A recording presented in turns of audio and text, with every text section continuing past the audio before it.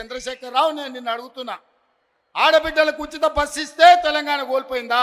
RTC డ్రైవర్లతో Indira park దగ్గర ధర్నా చేపిస్తావా? నీ కొడుకు ఆవారగాన్ని ఆడికి పంపించి వాడు కాకింగ్ చేసుకుంటాడు. వాడు రామారావా నాకు అర్థం కానీ. కాకింగ్ చేసుకొని ఆటోలో తిరుగుతా ఆయన ఆటో రాముడు అయిపోతాడంట. కొంచెమన్నా సిగ్గు ఉండాలనే. తెలంగాణ సమాజం ఏమనుకుంటుందని ఇంత సిగ్గుసేరని తప్పిపోతారా 10 నెలలకే? ఇట్లాంటి నేను ఎవరిని చూడలే. ఇవాళ అందుకే ఈ వేదిక మీద నుంచి మీరిచ్చిన ప్రభుత్వం, ప్రజా ప్రభుత్వం, ఇందిరమ్మ రాజ్యంలో పేదల సంక్షేమం కోసం పనిచేస్తున్నాం.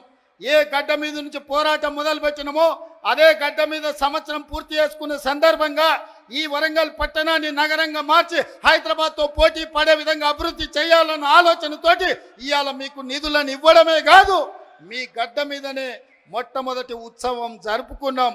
ఈ ఉత్సవానికి వచ్చిన వాళ్ళే కాదు, తెలంగాణ నలుమూలలు ఉన్నోళ్ళందరినీ కూడా ఆశీర్వదించండి. ఇంకా 4 సంవత్సరాలు కడుపు కట్టుకొని రోజుకు 18 గంటలు, ఒక్కరోజు 1 గంట 1 నిమిషం కూడా సెలవు తీసుకోకుండా మీకోసం పనిచేస్తా.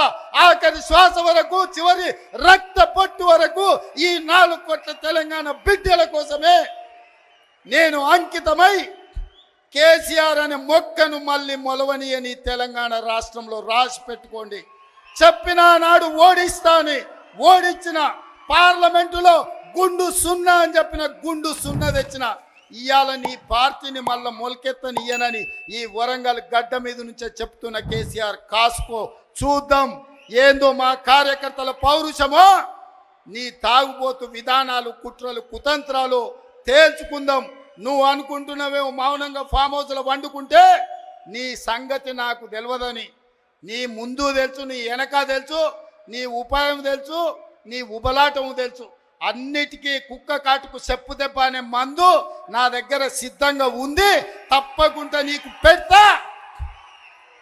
రా అసెంబ్లీకి. మళ్ళొక్కసారి చెప్తున్నా, రాబోయే స్వామి అసెంబ్లీకి రా. చూస్తుందా ఎవడో ఇస్తే రాలే కుర్చీలకు. తొక్కుకుంటొచ్చిన కుర్చీలో నిన్ను తొక్కుకుంటొచ్చిన గుర్తు పెట్టుకో. రా అసెంబ్లీకి, మాట్లాడదాం, తేలుద్దాం. సిద్ధంగా ఉన్నా తారీఖు పెట్టు, సమయం పెట్టు, వచ్చి చెప్తా బిడ్డ నీ సంగతి. ఏం కావాలంటారు మీకు? ఎమ్మెల్యేలు వస్తారంటున్నారు, మీరు మీ దగ్గర ఏమైనా సమాచారం ఉందా? నేను ఏమంటున్నా అంటే, ఒకరోజు రేవంత్ రెడ్డి గారు మాట్లాడి ఇలా సాయంత్రం వరకు నీ దొడ్లు ఎందరూ ఉంటారో చూసుకొని, నా దొడ్డు అయితే ఇంటాక్ట్ ఉంది ఆయన మాట్లాడిన తర్వాత. ఇది కూడా అంతే ఉంది. రెండవది, ఈయననే బీజేపీలకు జంపు కొడతాడని కాంగ్రెస్లోనే చాలా అనుమానాలు ఉన్నాయి డెఫినెట్గా. ఎందుకంటే ఆయన కేసులు కొలిక్కి వస్తున్నాయి. ఓటుకు నోటు కేసు ఏదైతే ఉందో అది భయంకరమైన కేసు. రెడ్ హ్యాండెడ్గా ఆయన పట్టుబడ్డ కేసు. ఆయన తప్పించుకోలేడు కూడా, ఎవరు తప్పించలేరు. కాబట్టి అది మన కింది మీద అయితే ఈయననే బీజేపీలకు జంపు కొడతాడు కేసులు తప్పించుకోవడానికని పెద్ద ప్రచారం ఉంది.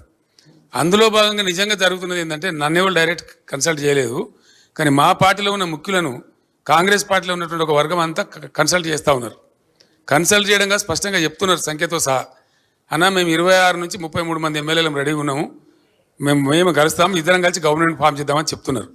మరి రేవంత్ రెడ్డి తదాస్తు దేవతలు ఉంటారు పైన, మరి అటు నుంచి ఇటు వస్తారో ఇటు నుంచి అటు పోతారో చూద్దాం ఏం జరగబోద్దు. సార్, మీరు ఇందాక జాతీయ స్థాయిలో టీఆర్ఎస్ మళ్ళీ బలపడుతుందన్నారు. ఈ అసెంబ్లీ ఎన్నికల తర్వాత ఇది చాలా చర్చ జరిగింది.